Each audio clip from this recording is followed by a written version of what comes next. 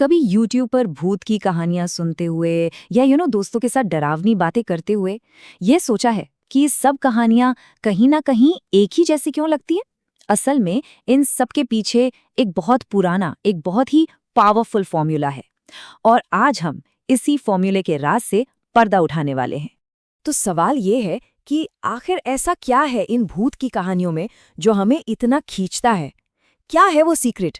चलिए आज पता लगाते हैं कि वो कौन से गुप्त मसाले हैं जो इन कहानियों को इतना मजेदार और हाँ, इतना डरावना बनाते हैं। तो ये है हमारा आज का रोड मैप। सबसे पहले देखेंगे कहानी का ढांचा, फिर बात करेंगे खतरे के दो चेहरों की, उसके बाद वो एक घातक गलती जो सब कुछ बदल देती है, फिर देखेंगे कि डर कैसे धीरे धीरे बढ़ता है, और आखिर में सबसे जरूरी सवाल कि भाई हमें डरना अच्छा क्यों लगता है। तो चलिए इन दो कहानियों की चीरफाड़ शुरू करते हैं और देखते हैं कि ये एक ही ब्लूप्रिंट पर कैसे बनी हैं। ठीक है, तो सबसे पहले बात करते हैं कहानी के ढांचे की, यानी ये बुरे सपने शुरू कहाँ से होते हैं। देखिए, कोई भी अच्छी हॉरर कहानी हमेशा एक ऐसी जगह से शुरू होती है जो बिल्कुल सेफ लगे और फिर धीरे धीरे वही जगह एक जाल बन जाती है। ये जो सुरक्षा का भ्रम है ना, ये दोनों ही कहानियों में देखने को मिलता है। एक तरफ है स्कूल ट्रिप वाली कहानी जहां पहाड़ों से घिरा एक सुनसान अलग थलग सा होटल है, और दूसरी तरफ है पिशाचनी की कहानी जहां चांदपुर नाम का एक शांत सा गांव है। पहली बार में तो लगता है कि अरे यहाँ क्या ही होगा, लेकिन असल में डर का पूरा जाल यहीं से बुना जाना शुरू होता है। तो अब आते हैं कहानी के विलन्स पर, मतलब खतरे के इन दो चेहरों को जरा गौर से देखते हैं। अब देखिए, दोनों कहानियों के जो राक्षस हैं वो दिखते तो अलग अलग हैं, पर हैं वो हॉरर की दुनिया के जाने पहचाने चेहरों जैसे ही। तो पिशाचिनी कहानी की जो विलन है वो है एक यक्षिणी।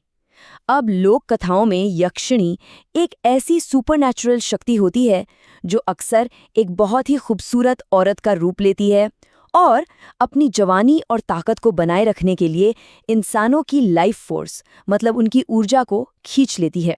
और यहाँ पर दोनों विलेन्स का फर्क बिल्कुल साफ हो जाता है। एक तरफ है स्कूल ट्रिप वाली बूढ़ी औरत की आत्मा जिसका मकसद है बदला। वो अपनी हत्या का बदला लेना चाहती है और उसका तरीका है सीधे कब्जा करना, फिजिकल अटैक करना। मतलब उसकी कहानी एक इंसानी ट्रेजेडी से जुड़ी है। वहीं दूसरी तरफ है पिशाचनी। वो एक मोहक शिकारी है, उसका मकसद है शक्ति और हमेशा जवान रहना, और उसका तरीका है लोगों को फंसाना और उनकी लाइफ फोर्स को सोख लेना। वो कोई इंसानी आत्मा नहीं बल्कि एक प्राचीन नॉन ह्यूमन बुराई है। अच्छा, अब एक बहुत ही जरूरी बात पर आते हैं। इन कहानियों में डर सिर्फ राक्षस की वजह से नहीं आता। नहीं, डर की असली शुरुआत होती है एक घातक गलती से, एक ऐसी इंसानी कमी जो खुद खतरे को दावत देती है। स्कूल ट्रिप वाली कहानी में ये गलती क्या है? लड़कों का अहंकार, उनकी पॉपुलर बनने की इच्छा। वो सोचते हैं इस बार वो भी कुछ कारनामा करेंगे, और बस यही एक सोच, यही एक गलती उन्हें नियम तोड़ने पर मजबूर करती है और सीधे खतरे के मुंह में धकेल देती है। और अब इसकी तुलना कीजिए गांव वालों की गलती से। वो उस औरत की बाहरी सुंदरता देखकर बस मोहित हो जाते हैं। देखो कितनी सुंदर है, ऐसी सुंदरता गांव में कभी नहीं देखी, और इस चक्कर में वो सारे वार्निंग साइंस को अनदेखा कर देते हैं। तो देखिए, दोनों ही मामलों में एक इंसानी कमजोरी ही है जो शैतान के लिए दरवाजा खोलती है।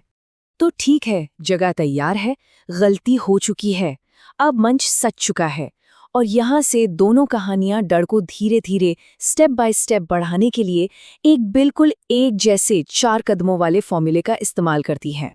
तो ये 4 कदम क्या हैं? पहला स्टेप, एक अजीब घटना। स्कूल ट्रिप में एक लड़का गायब होकर अजीब बर्ताव करने लगता है। पिशाचिनी में एक भला चंगा किसान अचानक कमजोर और कंफ्यूज्ड पाया जाता है। फिर आता है दूसरा स्टेप, शक और डर। एक कहानी में दोस्त अंधेरे जंगल में घबराने लगते हैं, दूसरी में गांव वाले उस नई आई औरत के बारे में फुसफुसाना शुरू कर देते हैं।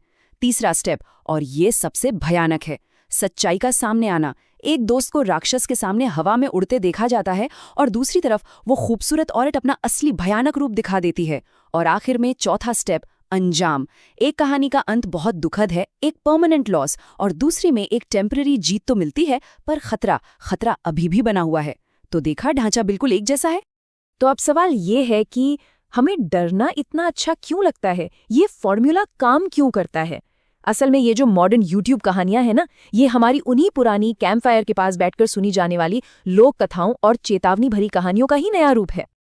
देखिए, ये फॉर्मूला इसलिए काम करता है क्योंकि ये हमारे कुछ बुनियादी प्राइमल डर को छूता है, जैसे अहंकार, जिज्ञासा, भोलापन। ये सब हमारी कमजोरियां हैं और ये कहानियां इन्हीं का फायदा उठाती हैं।